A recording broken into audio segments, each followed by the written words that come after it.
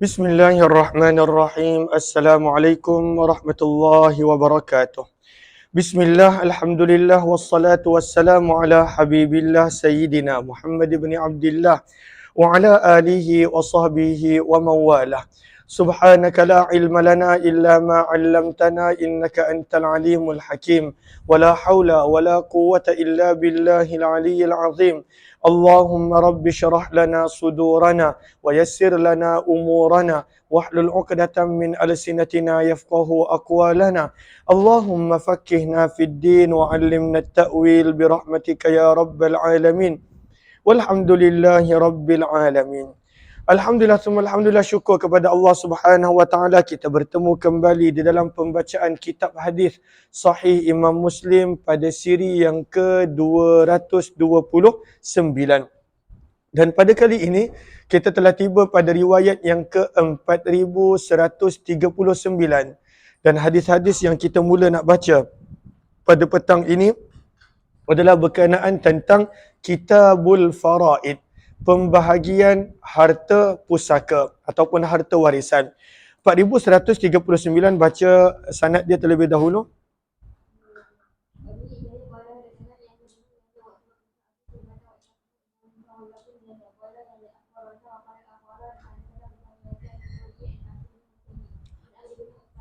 Daripada Usama bin Zaid radhiyallahu taala anhuma anna nabiyya, sesungguhnya Nabi sallallahu alaihi wasallam telah bersabda, la yarithul muslimul kafira, seorang Islam tidak boleh mewarisi harta orang yang bukan Islam yang meninggal dunia. Wala yarisul kafirul muslim, orang yang bukan Islam tidak boleh mewarisi harta daripada orang Islam yang meninggal dunia. Maka kata Imam Nawawi rahimahullah pada baris yang ketiga, pada penghujung baris yang ketiga daripada awal syarah tentang Kitabul Faraid, ajma'al muslimun, para ulama Islam telah sepakat ala annal kafira, bahawa orang yang tidak Islam, la yarithul muslim, tidak boleh menjadi pewaris kepada orang Islam. Wa ammal muslim, begitu juga orang Islam, fala yarithul kafira, tidak boleh menjadi pewaris kepada orang yang bukan Islam. Inda jamaahiril ulama minas sahabati wat tabi'in wa man ba'dahum. Dan inilah pendapat majoriti para ulama, para sahabat dan juga para tabi'in yang selepas mereka. Wa dhahabat ta'ifah, ada satu kelompok daripada kalangan para ulama yang mengatakan bahawa orang Islam boleh mewarisi daripada orang yang bukan Islam, dan inilah pandangan Muaz bin Jabal, Muawiyah bin Abi Sufyan, Sa'id bin Musayyab, Masruq dan yang lain-lain. Terus 4140 baca sanad dia.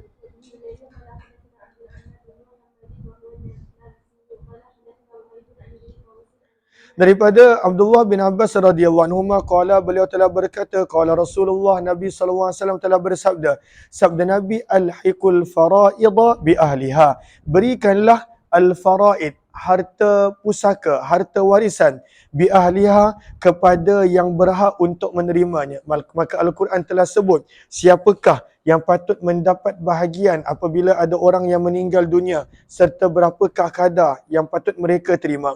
Maka sabda Nabi, fama baqiyah, maka apa jua harta yang berbaki setelah semua ahli waris dapat, fahuwa li aula, maka harta tersebut adalah untuk, aula bermaksud aqrab, yang paling hampir, yang paling dekat, rajulin zakarin, ya, daripada kalangan waris yang lelaki. Daripada sini bermulanya penerangan berkenaan tentang apa yang dipanggil asabah, Maka pada baris yang ke-24 daripada penghujung syarah An-Nawawi pada muka surat ini, kata Imam Nawawi, wa hadzal hadis ini menjadi dalil bahawa adanya pewarisan oleh golongan asabah. Wa qad ajma'al muslimun, para ulama telah sepakat ala annama baqiya, apa jua harta yang berbaki, ba'dal furud, setelah pembahagian mengikut ketetapan faraid, fahuwa lil asabat, maka harta tersebut adalah milik golongan asabah. Maka akan didahulukan yang paling dekat, fal aqrab, dan yang seterusnya. Fala yarisu asibun ba'id, maka asabah yang jauh tidak boleh mewarisi dalam keadaan wujudnya asabah yang lebih dekat. Sebab Nabi sebut fahuwa li aula rajulin zakarin. Terus aqsamul asabah, maka ada 3 jenis asabah. Kata Imam Nawawi, yang pertama asabah binafsihi, dia sendiri adalah asabah, dia sendiri, bukan kerana sebab pewaris yang lain. Dia sendiri adalah asabah. Bila adanya harta yang lebih setelah pembahagian mengikut pusaka, maka dia automatik dapat asabah binafsih.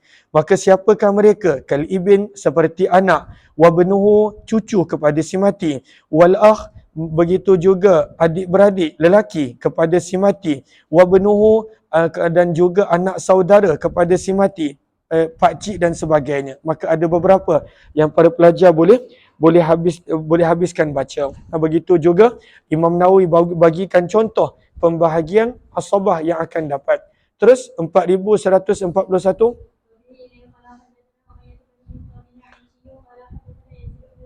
Maka hadis ni lebih kurang sama, cuma dalam riwayat sebelum ini menyebut fama baqiya, apa jua harta pusaka yang berbaki. Maka hadis yang berikut ni pun sama, cuma perkataannya adalah fama taraka, apa jua yang berbaki. Wa bihi la qala hadatsana Umayyah bin Bistam al-Aishi wa qala hadatsana Yazid bin Zura'in qala hadatsana Rawh bin al-Qasim wa Abdullah bin Taus an Abi bin Abbas radhiyallahu anhu an Rasulullah sallallahu alaihi wasallam qala al-hiqul fara'id bi ahliha, sama, sampaikanlah, berikanlah harta warisan, harta pusaka kepada yang berhak. Fama tarakatil faraidu, apa jua yang berbaki, fali aula ay fali aqrab, maka kepada yang paling dekat, rajulin zakar, daripada waris lelaki yang masih hidup, dan itulah dipanggil asabah. 4142 baca sanad dia.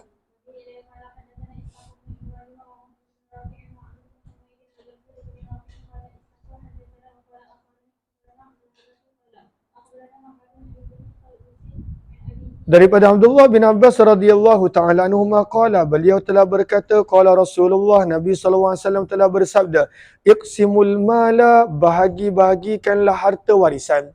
Maksudnya harta si mati, harta jenazah, harta mayat. Bahagi-bahagikanlah harta tersebut baina, di antara ahlil faraidi, orang-orang yang berhak untuk menerimanya, orang-orang yang disebut sebagai pewaris, mengikut ala kitabillah, sesuai dengan apa yang Al-Quran sebut.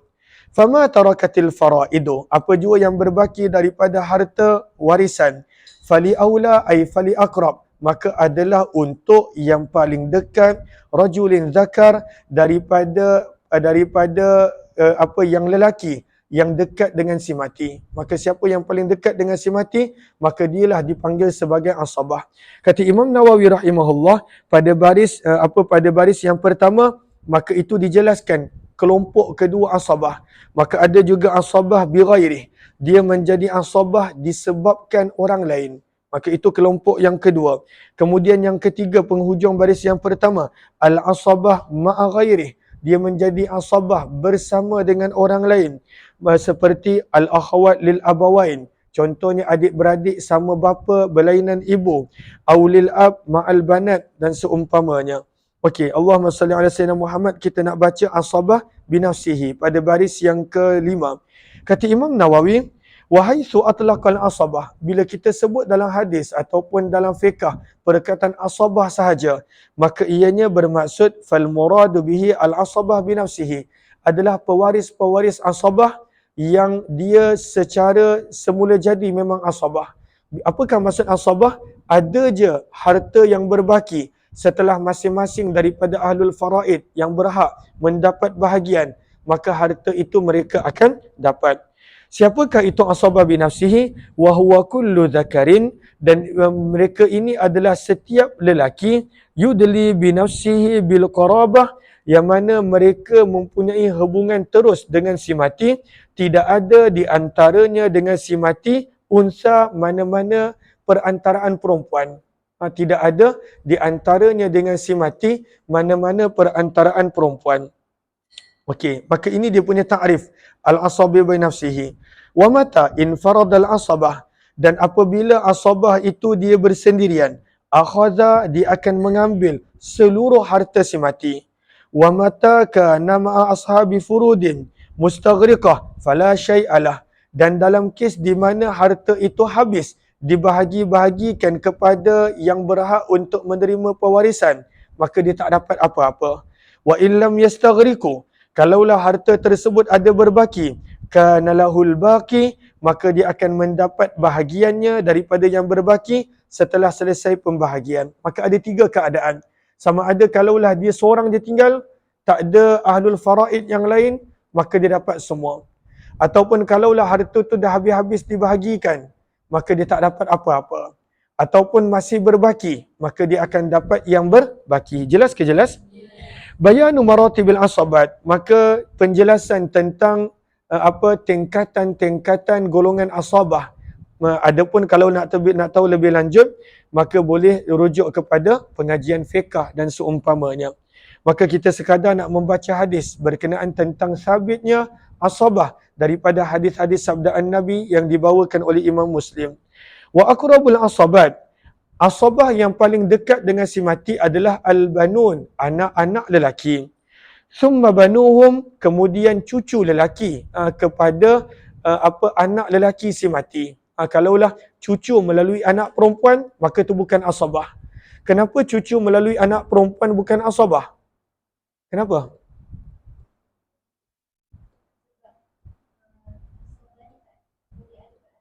Tak ada perantaraan wanita, tak ada perantaraan unsa, tak ada perantaraan wanita. Dia direct dengan si mati, tak ada perantaraan wanita. Maka yang dikira sebagai asabah yang paling dekat, anak-anak lelaki si mati. Nombor 2 adalah cucu kepada si mati melalui anak lelaki si mati. Maka mereka ini pada kedudukan yang kedua. Yang ketiga, summal ab adalah bapa kepada si mati. Kemudian yang keempat, al-jad, atuk kepada si mati melalui belah ayah, tak boleh melalui belah ibu. Illam yakun dengan syarat tidak ada adik-beradik lelaki. Wal dan juga adik-beradik lelaki dikira sebagai asabah dengan syarat tidak ada atuk. Fa in kana jad wa maka kalaulah adanya atuk dan adik-beradik lelaki kepada si mati, maka dalam kes mereka ini adanya perbezaan pendapat yang terkenal, yang sangat masyhur. Summa banul ukhuwah, kemudian anak-anak saudara kepada si mati melalui perantaraan adik-beradik lelaki si mati. Kalaulah anak saudara melalui perantaraan adik-beradik perempuan, maka bukan asabah. Dan nanti para pelajar boleh baca sampai habis. Jelas ke jelas? Maka dia bermula daripada anak ke bawah. Itu dipanggil asabah. Tak ada mereka ni, barulah ke atas, ayah dan juga atuk. Kemudian dengan syarat kalau atuk, maka tak ada adik-beradik lelaki kepada si mati. Maka ini semua para pelajar dah belajar dalam perbahasan faraid. Terus riwayat seterusnya 4143, yang ni kita tidak terjemahkan sebab riwayatnya lebih kurang sama. Wa bi ilayhi qala hadatsani Muhammad bin al-Ala Abu Quraib bin al-Hamdani qala hadatsana Zaid bin Hubbab an Yahya bin Abi an Yahya bin Ayyub an ibni Taus bi hadzal isnad nahwa hadits Wahib bin Rawh bin al-Qasim. 4144 kita dah mula masuk berkenaan tentang al-kalalah. Apakah itu al-kalalah? Kita akan baca pada catatan Imam Nawawi pada muka surat sebelah. Terus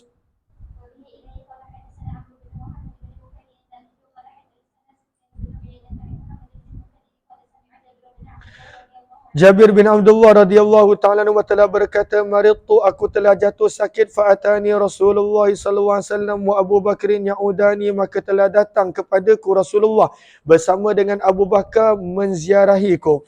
Masyiani, mereka datang dalam keadaan berjalan kaki, fa ughmiya alayya, maka ketika itu aku sedang pingsan, fa tawadda Rasulullah, maka Nabi sallallahu alaihi wasallam telah berwuduk, summa sabba alayya, kemudian baginda telah mencurahkan kepadaku min wudu'ihi, daripada sisa bekas air wuduk Nabi."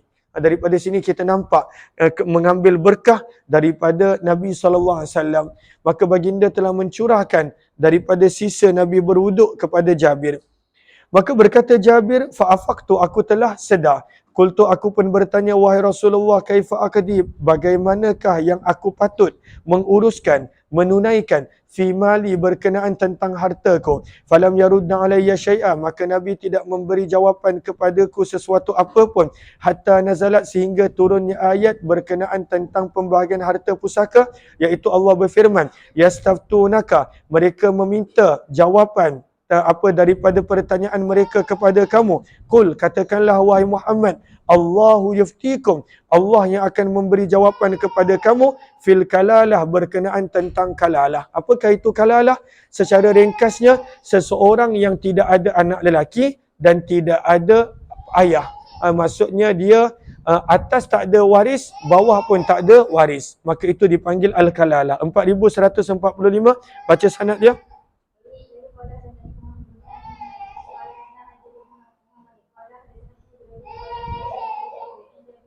Daripada Jabir bin Abdullah radhiyallahu taala anhuma, beliau telah berkata, "Adani Rasulullah, Nabi SAW telah menziarahiku, wa Abu Bakrin bersama dengan Abu Bakar fi Bani Salimah, di dalam perkampungan Banu Salimah. Yamshian, mereka berdua telah datang berjalan kaki. Fawajadani, daripada sini kita nampak tawaduknya Nabi SAW, bagaimana Nabi berjalan kaki menziarahi para sahabat radhiyallahu anhum. Fawajadani, maka mereka berdua telah mendapatiku la aqilu, dalam keadaan tidak sedar, pengsan. Fada'a, maka mereka berdua telah meminta didatangkan bima'in, dengan air. Fatawadda'a, maka baginda telah berwuduk, summa rasya, kemudian baginda telah memercikkan alayya, ke atasku, minhu, daripada air wuduk tersebut. Fa'afaktu, kata Jabir, maka aku telah sedap. Fakultu, maka aku berkata, kaifa asna, bagaimanakah yang patut aku lakukan fi mali, berkenaan hartaku ya Rasulullah, wahai utusan Allah. Fanazalat, maka telah turunnya ayat, yusikumullahu fi auladikum, Allah telah memberi wasiat, memberi pesan kepada kamu berkenaan tentang anak-anak lelaki kamu. Lizzakari mislu hazzil unsain, yang lelaki akan mendapat 2 kali bahagian daripada perempuan. Maksudnya akan mendapat bahagian 2 orang perempuan. 4146 kita tidak terjemahkan sebab riwayat ini lebih kurang sama. Okey, kemudian pada baris yang ketiga daripada bawah, maka di sini disebutkan berkenaan tentang persoalan jawaz wasiyatil marid, seseorang yang sedang sakit, adakah boleh dia melakukan wasiat? Jawapan dia boleh. Wa in kana yadhhabu aqlu fi ba'di awqatih, walaupun kadang-kala dia hilang akal seketika, namun disyaratkan ketika dia melakukan wasiat, mestilah fi hali ifaqatih, dalam keadaan dia sedar, wa huduri aqlih, dan dia tidaklah hilang ingatan. Riwayat yang ke-4146 kita tidak terjemahkan sebab lebih kurang sama. Wa billahi qala hadatsana Ubaidullah bin Umar al-Qawariri qala hadatsana Abdurrahman yakni bin Mahdi qala hadatsana Sufyan qala sami'tu Muhammad bin al-Munkadir qala sami'tu Jabir bin Abdullah, Jabir bin Abdullah radhiyallahu taala anhu telah berkata, adani Rasulullah, Nabi SAW telah datang menziarahiku wa ana maridun, sedangkan aku sakit. Wa ma'ahu Abu Bakrin, bersama dengan Nabi adanya Abu Bakar. Masyiaini, mereka berdua datang berjalan kaki. Fawajadani, maka Nabi telah mendapatiku qad ughmiya, telah pingsan. Fatawadda'a Rasulullah, maka baginda telah mengambil air wuduk. Summa sabba alayya, kemudian baginda telah mencurahkan kepadaku min wadu'ihi, daripada sisa bekas air wuduk Nabi. Fa'afaktu, kata Jabir, maka aku pun tersedar. Fa'idha Rasulullah, maka tiba-tiba adanya Rasulullah di sisiku. Maka aku terus bertanya, wahai Rasulullah, kaifa asna'u fi mali, bagaimanakah yang patut aku lakukan pada harta peninggalanku? Maka berkata Jabir, falam yarudda alayya syai'a, maka baginda tidak memberi sebarang jawapan kepadaku sehingga turunnya ayat berkenaan tentang al-mirath, harta pusaka yang ada di dalam surah An-Nisa. 4147, baca sanad dia.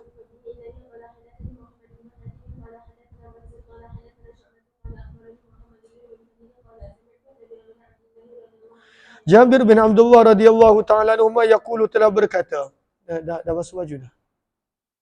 Basuh sini. Okey. Jabir bin Abdullah radhiyallahu taala telah berkata, dakhala alayya Rasulullah, Nabi SAW telah masuk menemuiku wa ana maridun, ketika aku sakit, la aqil, pingsan, tidak sedar. Fatawadda'a, maka baginda telah berwuduk. Fasabbu alayya, maka mereka telah mencurahkan ke atasku, kata Jabir, min wadu'ihi, daripada sisa air wuduk Nabi SAW. Fa'aqaltu, kata Jabir, maka aku pun telah tersedar, lalu aku bertanya, ya Rasulullah, wahai utusan Allah, innama yarithuni kalalah, hanya senyap mewarisi hartaku dalam keadaan aku adalah kalalah. Apakah maksud kalalah? Maka kalalah ini para ulama berbeza pendapat. Maka kata Imam Nawawi rahimahullahu ta'ala, pada baris yang ke-2, 4, 6, 8, pada baris yang ke-8. Maka pada baris yang ke-8, maka dijelaskan tentang lafaz maksud asal kalalah. Apakah maksudnya? Kemudian pada baris yang ke 10, 11. Maka al-madhahibu fil murad bil kalalah. Apakah yang dimaksudkan dalam kalalah?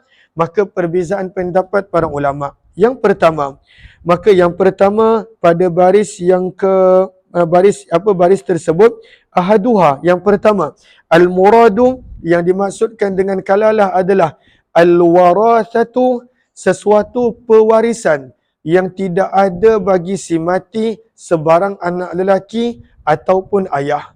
Wa takunul kalalah, maka keadaan seseorang yang meninggal dunia dalam keadaan pewarisan yang berlaku, tak ada anak lelaki dan ayah, maka itu dipanggil kalalah.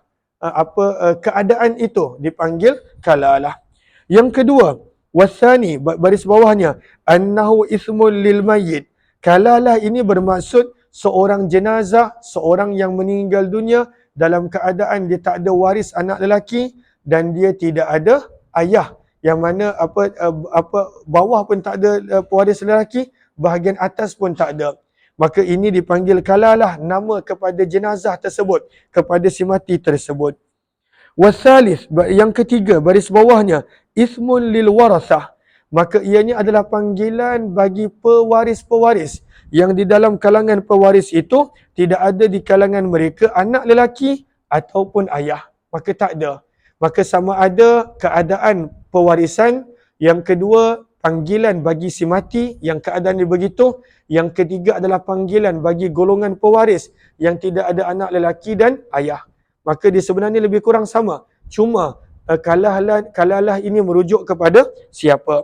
Dan yang keempat, ianya disebut sebagai ismul lil mal, nama harta pusaka yang tidak ada penerima anak lelaki dan juga ayah, maka itu disebut al-kalalah. Maka ini daripada sudut pendapat para ulama. Okey, secara ringkasnya manakah pendapat yang paling kuat?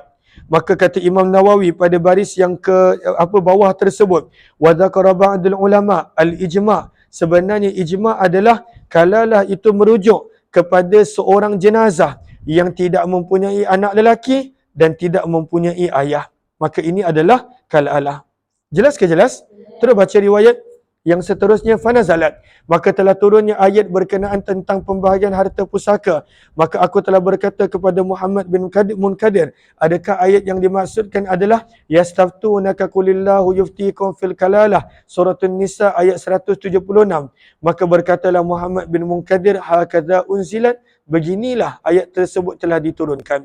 4148, yang ini kita tidak terjemahkan sebab riwayatnya lebih kurang sama. Wa bihi la qala hadatsana Isa bin Ibrahim qala akhbarana an-Nadhr bin Shumail wa Abu Amir al-Qadi tawil. Wa bihi la qala hadatsana Muhammad al-Musanna qala hadatsana Wahb bin Jarir kulluhum syu'bah bi hadzal isnad fi hadits Wahb bin Jarir. Fanazalat ayatul faraid wa fi hadits an-Nadhr wal Aqdi. Fanazalat ayatul fardi wa laysa fi riwayati ahadin minhum qawlu Syu'bah li ibnil Munkadir. Jelas ke jelas? 4149. Baca sanad dia.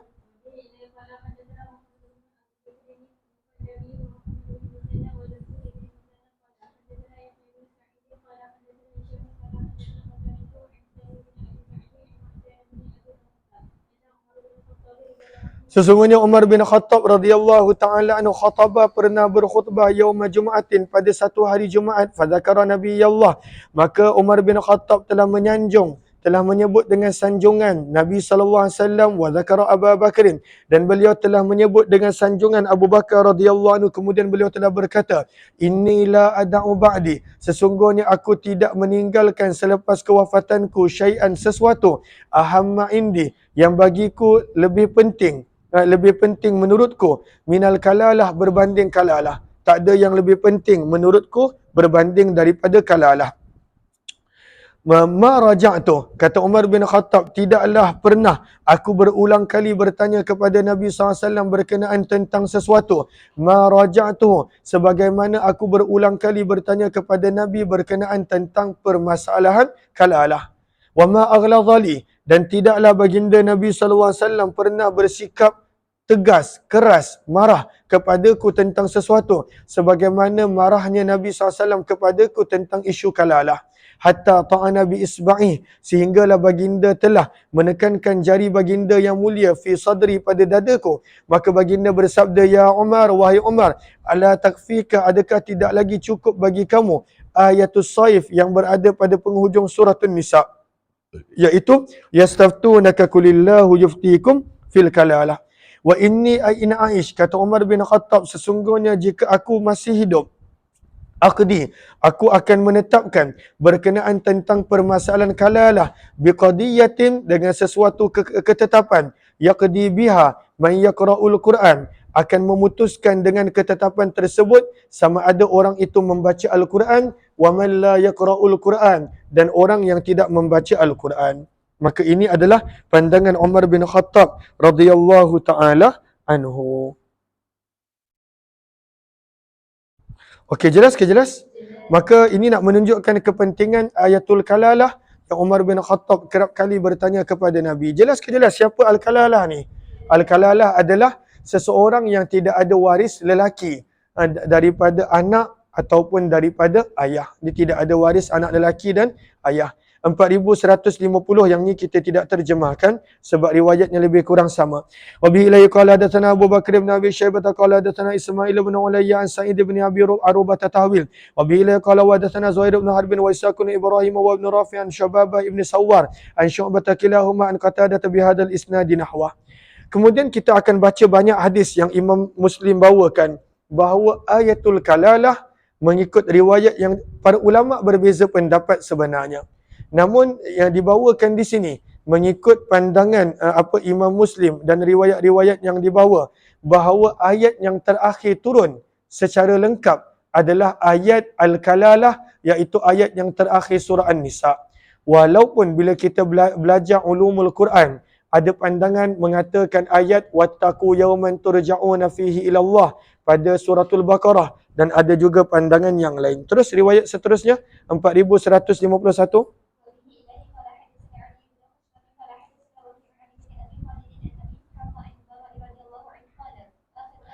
Daripada Bara' bin Azib radhiyallahu ta'ala, beliau telah berkata, akhiru ayatin, ayat yang paling akhir nazalat minal Quran, yang turun daripada Al-Quran adalah surah An-Nisa ayat 176, iaitu ayat berkenaan tentang permasalahan seorang yang meninggal dunia tanpa ada anak lelaki dan ayah yang masih hidup. 4152, baca sanad dia.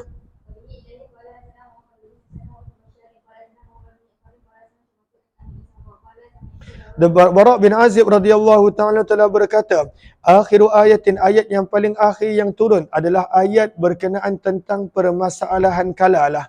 Apakah itu kalalah? Seorang yang meninggal dunia dalam tidak ada baginya waris daripada anak lelaki dan ayah yang masih hidup.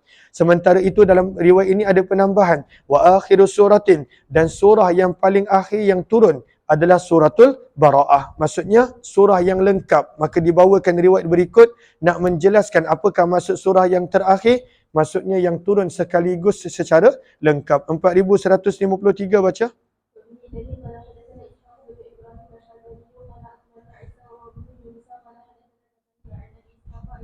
Daripada Bara' radhiyallahu ta'ala, sesungguhnya akhir suratin, sesungguhnya surah yang terakhir unzilat yang turun tamah secara sempurna adalah surah At-Taubah, dan sesungguhnya ayat yang turun adalah yang paling akhir adalah ayat tentang permasalahan kalalah. Riwayat 4154 ni pun lebih kurang sama, begitu juga 4155 pun lebih kurang sama, maka kedua riwayat ini kita tidak terjemahkan. Wa bihi ilaihi qala hadatsana Abu Quraib. وبه إليه قال حدثنا أبو كريب قال حدثنا يحيى يعني بن آدم قال حدثنا عمار وابن رزيق عن أبي إسحاق عن البراء رضي الله عنه بمثله غير أنه قال آخر سورة أنزلت كاملة 4155. وبه إليه قال حدثنا عمرو بن ناقد قال حدثنا أبو أحمد الزبيري قال حدثنا مالك بن مغول عن أبي السفر عن البراء قال آخر آية أنزلت يستفتونك. 4156 baca sanad dia. Maka daripada sini bermulanya hadis-hadis berkenaan tentang seseorang yang meninggal dunia dalam keadaan dia masih tidak menyelesaikan hutang dia. Maka pada awal Islam, Nabi SAW tidak mahu mensolatkan jenazah yang meninggal dunia dalam keadaan masih berhutang. Nabi tak nak. Tapi Nabi suruh para sahabat solat. Maka kenapa Nabi SAW tak nak mensolatkan jenazah yang masih ada hutang? Kata Imam Nawawi pada baris yang kedua, innama kana yatrukus salata alaihi. Nabi sengaja meninggalkan solat. Nabi tak nak mensolatkan jenazah yang masih ada hutang. Liyuharrid, supaya Nabi boleh memberi galakan kepada orang ramai ala qada'id duyun, untuk belajar menyelesaikan hutang selagi mana dalam tempoh masih hidup. Wat tawassul ilal bara'ati minha, berusaha untuk membebaskan diri daripada hutang. Li'alla tafutuhum, supaya mereka tidak terlepas daripada mendapat solat jenazah yang diimamkan oleh Nabi. Maka Nabi SAW pada awal Islam, Nabi SAW tak nak menunaikan solat jenazah orang yang meninggal dunia dalam keadaan masih berhutang. Dan kemudian hari Nabi SAW tolong membantu membayar hutang bagi orang yang meninggal dunia tersebut. Terus, maka sebab itu, bila kita berhutang, kita kena ada perancangan bagaimana kita nak bayar. Kita nak bayar. Lagi-lagi kita masyarakat Malaysia, kita dah dibiasakan semua benda nak beli berhutang. Semua benda. Walhal kita boleh bayar penuh, tapi kita dah dibiasakan berhutang. Semua benda, nak beli handphone berhutang, nak beli tu berhutang, nak ni semua berhutang. Kalau dulu lebih kepada rumah, aset dan juga kenderaan. Sekarang ni kita dah didik semua benda untuk kita berhutang. Maka harus berhutang, cuma bagaimanakah perancangannya untuk kita bayar? Kalaulah kita meninggal dunia, adakah kita akan menyusahkan waris kita? Itu kalau waris kita nak bayar. Sebab kalaulah contohnya seseorang itu meninggal dunia dalam keadaan dia tidak meninggalkan harta pusaka, dia tak tinggalkan harta, maka waris dia tak wajib bayar untuk orang yang meninggal dunia. Sebab dia yang meninggal dunia dalam keadaan dia meninggalkan hutang. Tapi selalunya waris dalam masyarakat kita, mereka bantu menyelesaikan, bantu untuk menolong menyelesaikan. Terus riwayat seterusnya 4156, baca sanad dia.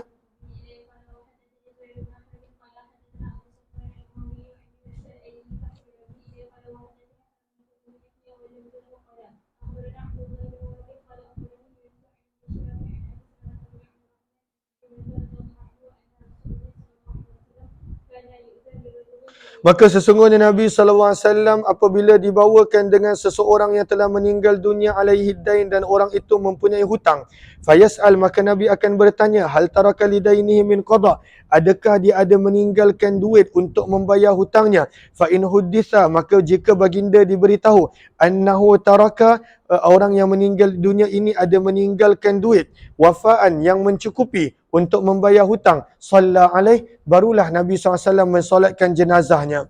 Wa illa, kalaulah dimaklumkan kepada Nabi dia tidak meninggalkan duit untuk membayar hutangnya, maka baginda akan bersabda kepada para sahabat, sallu ala sahibikum, kamu sahajalah yang solatkan jenazah teman kamu. Walamma fatahallahu alaihi al-futuh, namun apabila Allah telah mengurniakan kepada Nabi begitu banyak pembukaan kota-kota, qala, maka baginda bersabda, ana aula bil mu'minin, aku adalah orang yang paling dekat kepada orang beriman berbanding diri mereka sendiri. Faman tuwfiya, maka barang siapa yang meninggal dunia dalam keadaan dia mempunyai hutang, fa alayya qada'uh, maka ke atasku adalah pembayarannya. Wa man taraka malan, dan barang siapa yang meninggalkan harta, maka harta tersebut adalah untuk pewarisnya. 4157. Yang ini kita tidak terjemahkan sebab riwayatnya lebih kurang sama. Wa bi ilayhi qala wa hadatsani Abdul Malik bin Shu'aib bin Laits qala hadatsani abi an jaddi qala hadatsani Uqailun tahwil wa bihi ilayhi qala wa hadatsani Zuhair bin Harb qala hadatsana Yaqub bin Ibrahim qala hadatsana Ibnu Akhi bin Shihab tahwil wa bihi ilayhi qala wa hadatsana Ibnu Numair qala hadatsana Abi qala hadatsana Ibnu Abi Zaid bin kulluhum an az-Zuhri bi hadzal isnadi bi hadzal hadis. 4158, baca sanad dia.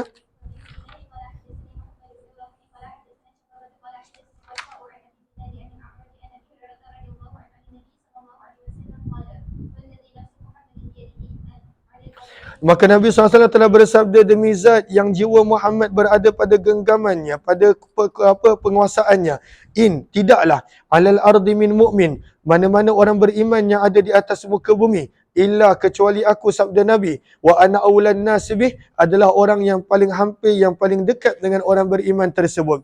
Fa ayyukum ma taraka dainan, maka sesiapa pun di antara kamu yang tidak ma taraka dainan, yang meninggalkan hutang, au dayaan, dayaan bermaksud keluarga yang memerlukan. Baris yang kedua kata Imam Nawawi, apakah maksud daya ataupun dayah? Al-muradu ayalun muhtajun, keluarga yang memerlukan.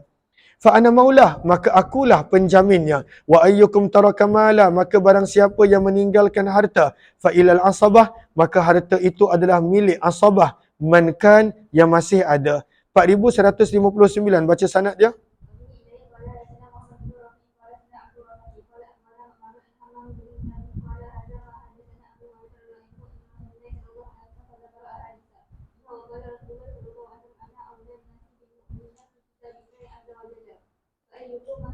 Maka Nabi SAW telah bersabda, ana aula, ay ana aqrab, akulah yang paling hampir daripada kalangan manusia bil mukminin, dengan orang beriman, fi kitabillah yang azza wa jalla, berdasarkan kepada ayat Al-Quran. Allahumma salli ala sayyidina. Apa ayat tersebut dalam surah Al-Ahzab? Ayat surah Ahzab. An-nabiyyu aula, an-nabiyyu aula bil mu'minina min anfusihim wa azwajuhu ummahatuhum. Maka Nabi adalah yang paling dekat kepada orang yang beriman berbanding manusia yang lain. Maka Nabi pun bersabda, fa ayyukum, maka sesiapa di antara kamu ma taraka dainan, yang meninggalkan hutang, au dai'atan, ataupun ahli keluarga yang memerlukan, fad'uni, maka panggillah daku, fa ana waliyuh, maka akulah yang akan menjadi penanggung dan penjaminnya. Wa ayyukum, dan sesiapa di antara kamu ma taraka mala, yang meninggalkan hutang, falyu'thar, maka diutamakan dengan harta tersebut, asabatuhu,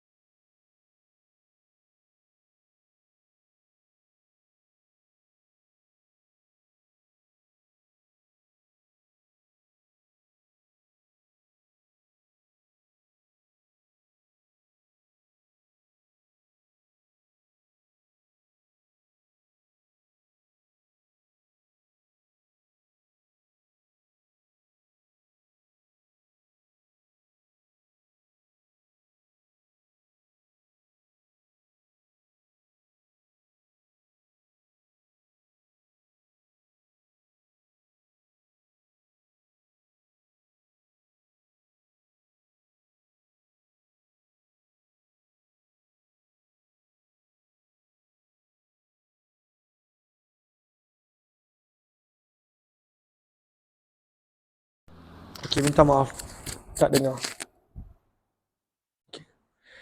Maka hukumnya adalah makruh. Sekejap.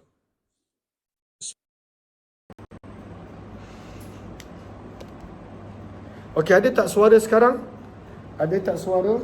Sebentar. Okey. Bateri mati. Okey. Allahumma salli ala Muhammad. Okey, dah ada. Terima kasih. Maka Allahumma salli ala Muhammad wa ala alihi washabihi ajmain. Maka kita nak belajar hadis-hadis yang dibawakan oleh Imam Muslim, makruh seseorang yang telah memberi sedekah. Dia telah memberi sedekah ataupun memberi hadiah. Dia nak beli balik apa yang dia telah sedekah itu, kepada orang yang dia telah berikan sedekah. Contoh, saya ada bagi kepada Abdullah, contoh, saya telah bagi kepada Abdullah, saya bagi kepada Abdullah sedekah baju ataupun hadiah, termasuklah hadiah. Saya bagi sedekah baju ataupun hadiah. Maka tiba-tiba saya nampak dia pergi jual baju tu, dan baju tu saya sayang sebenarnya, cuma saya bagi kepada dia kerana nak bagi apa yang kita suka dan sayang. Maka apabila kita telah, Allahumma salli ala Sayyidina Muhammad, nampak dia tengah jual baju tu, kita nak beli balik, maka daripada sudut hukum boleh, cuma hukumnya adalah makruh, tak disukai oleh Allah dan Rasul. Maka apakah dalil makruh membeli semula apa yang kita telah sedekahkan walaupun dengan bayaran? 4162, baca sanad dia.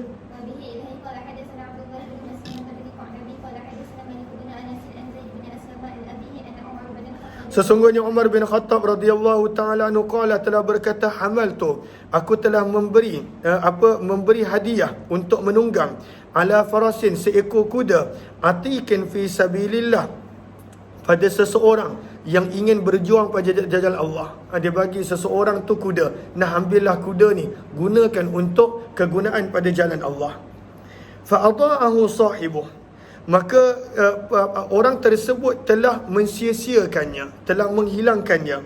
Fazanantu, kata Umar, dan aku merasakan bahawa kuda tersebut tidaklah hilang, namun sebenarnya dia telah menjualnya birukhsin, dengan harga yang murah. Oh, dia kata kuda ni dah tak ada, tapi sebenarnya dia dah jual dengan harga yang murah, sebab dia dapat percuma kuda tersebut.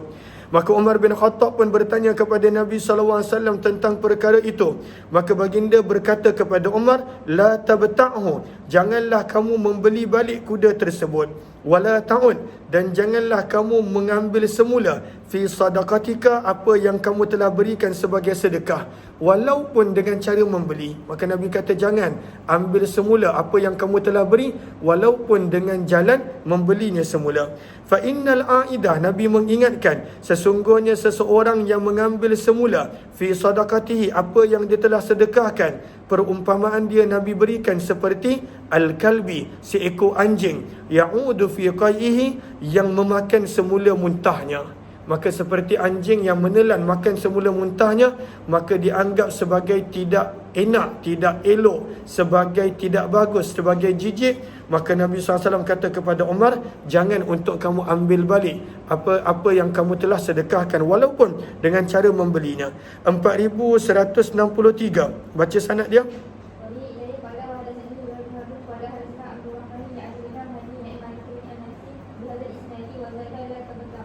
Maka Nabi berkata, la tabta'hu, janganlah kamu membelinya semula, walaupun dia memberi kepada kamu dengan harga hanya 1 dirham, walaupun tak banyak, maka jangan membeli semula. 4146, baca sanad dia.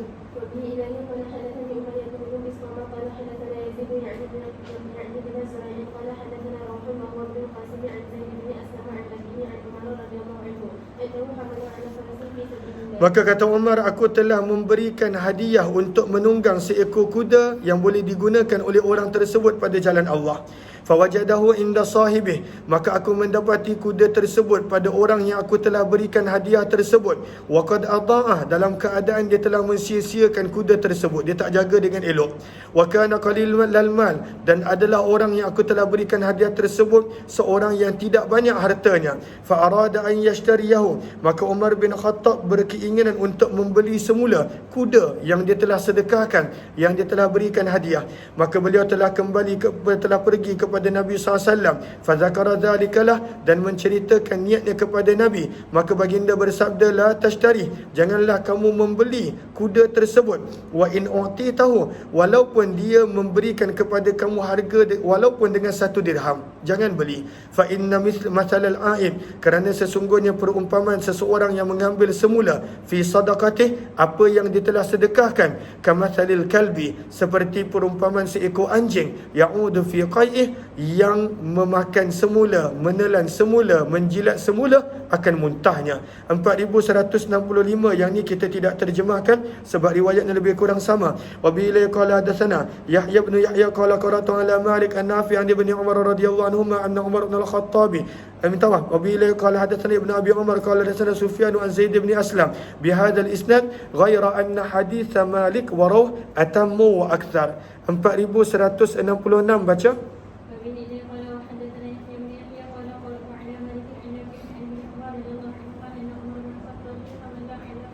Maka riwayat kisah lebih kurang sama. Sesungguhnya Umar bin Khattab telah memberi untuk menunggang seekor kuda agar digunakan pada jalan Allah. Dia beri kepada seseorang. Fawajadahu yuba'. Maka Umar bin Khattab mendapati kuda tersebut sedang dijual. Orang tersebut jual kuda tersebut. Fa'arada an yabta'ah. Maka dia berniat untuk membelinya. Maka beliau telah bertanya kepada Nabi SAW tentang perkara tersebut. Maka baginda bersabda, la tabta'hu. Janganlah kamu membeli kuda tersebut. Wala ta'ud. Dan janganlah kamu mengambil semula fi sadaqatika, apa yang kamu telah sedekahkan. 4167. Baca sanad dia.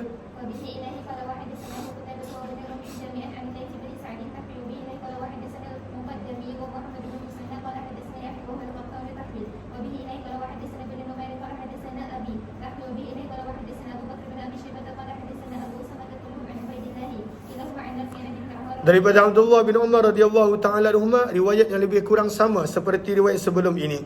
Riwayat 4168, baca sanad dia.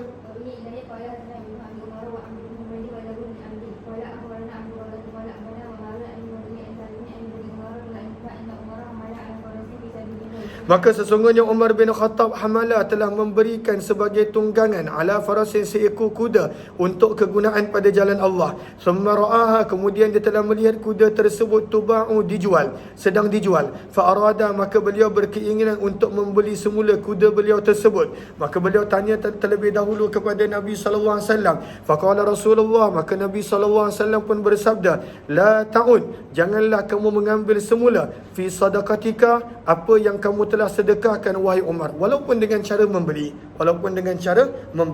Bab yang seterusnya adalah berkenaan tentang amaran yang Nabi berikan bahawa haram untuk mengambil semula sedekah ataupun hadiah ba'dal qabdi, setelah penerima tersebut dia menerima. Maksudnya bila penerima tu dia dah ambil, dia dah pegang hadiah tersebut, sedekah tersebut, maka haram untuk kita ambil semula. So kita dah bagi, kalaulah kita nak ambil semula, jangan bagi daripada awal. Illa kecuali ma wahabahu liwaladin, apa yang seorang ayah berikan kepada anaknya, maka ayah dia boleh ambil balik. Ayah dia bagi handphone pada anak dia, tengok anak dia tak belajar, asyik main handphone dia, ambil balik, maka tak ada masalah. Maka apa yang ayah ambil balik daripada hadiah yang diberikan kepada anaknya, maka itu tidak haram, itu tidak ada sebarang masalah. Wa insafal, walaupun anak ke bawah, cucu dan seumpamanya. 4169, baca.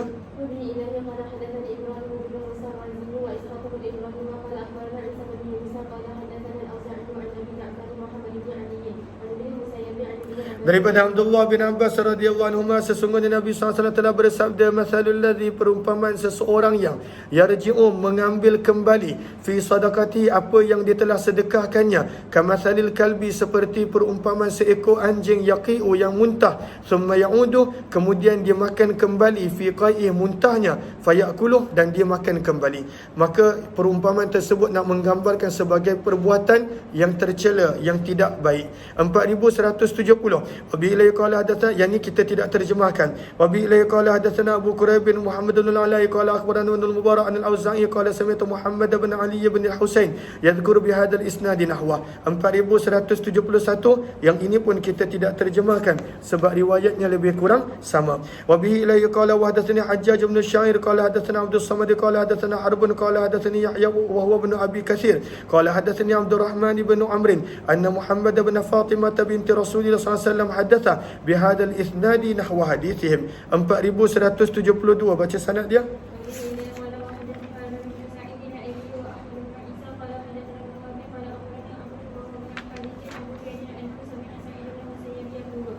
Abdullah bin Abbas radhiyallahu ta'ala anhuma telah berkata, aku telah mendengar Nabi sallallahu alaihi wasallam bersabda, innama, hanya senya, masalu, perumpamaan, alladhi yatasaddaqu, seseorang yang telah memberi sedekah, bisadaqatin, dengan sesuatu sedekah, summa ya'udu, kemudian dia mengambil balik, fi sadaqati, apa yang dia telah sedekahkannya, kamathalil kalbi, seperti perumpamaan seekor anjing, yaqi'u, yang telah muntah, summa ya'kulu qai'ah, lalu dia makan kembali muntah dia. Jijiknya, hinanya perbuatan orang yang sedekah, ambil balik sedekah dia, ataupun bagi hadiah, ambil semula hadiahnya. 4173 baca sanad dia.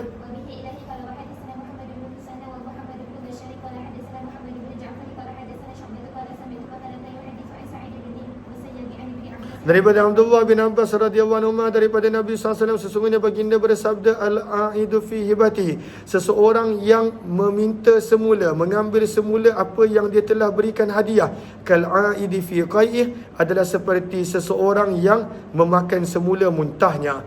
Maka sama, hadiah dan juga sedekah sama hukumnya apabila seseorang itu mengambil semula. 4174, yang ini kita tidak terjemahkan sebab riwayatnya lebih kurang sama. Wa bi ilai qala wa hadatsana Muhammad al-Musanna qala hadatsana Ibnu Abi Adi an Sa'id an Qatadah bi hadzal isnad mislah. Riwayat 4175 yang ini pun lebih kurang sama, maka kita tidak terjemahkan. Wa bi ilai qala wa hadatsana Isa bin Ibrahim qala akhbarana al-Makhzumi qala hadatsana Wahib qala hadatsana Abdullah bin Taus an Abi Ibn Abbas radhiyallahu anhuma an Rasulullah SAW qala, al-aidu fi hibatih, seseorang yang mengambil semula akan hadiah pemberiannya, kal kalbi, adalah seperti seekor anjing, yaqi'u, yang telah muntah, thumma ya'udu fi qai'ih, kemudian dia menelan, memakan kembali akan muntahnya. Moga Allah pelihara dan jauhkan kita semua daripada sikap seperti ini, amin ya rabbal alamin. InsyaAllah kita jumpa balik pada jam 6.30 nanti. Terima kasih semua, jumpa lagi.